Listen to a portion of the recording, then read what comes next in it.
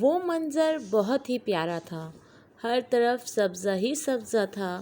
عجیب طریقے کے پودے اور درخت اس جگہ کو انوکھا بنا رہے تھے۔ اچانک ایک ہری اور نیلی آنکھوں والی بلی نمودار ہوئی اور انسانوں کی طرح درخت پر چڑھ کر پھل توڑنے لگی۔ ساتھ ہی سریلی مگر مدھم آواز میں گانا بھی گا رہی تھی۔ وہ پھل لے کر دائیں جانب مڑ گئی۔ تھوڑی دور جا کر وہ ایک کھمبی نما گھر میں داخل ہوئی۔ وہاں ایک اور بلی دکھائی دی۔ وہ بھی انسانوں کی طرح کھڑی ہوئی تھی۔ نیلی اور ہری آنکھوں والی بلی نے اس کو پھل دیے اور اپنا خیال رکھنے کا کہہ کر چلی گئی۔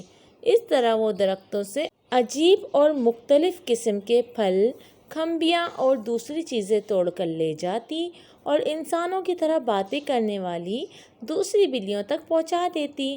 وہ بلیوں کا شہر تھا، اس لیے ہر طرف صرف بلیاں ہی تھیں۔ اس کو جب تسلی ہو گئی کہ وہ سب کو پھل پہنچا چکی ہے، وہ بہت خوش ہوئی اور پھر سے اپنی سریلی اور مدھم آواز میں گانا گانے لگی اور ادھر ادھر اچھل کود کرنے لگی۔ سب بچوں کی نظریں اب بھی اس بلی پر تھیں۔ وہ شاید گھر جا رہی تھی۔ بچے بھی اس کا گھر دیکھنا چاہتے تھے کہ کیسا ہے اور کون کون اس کے گھر میں رہتا ہے۔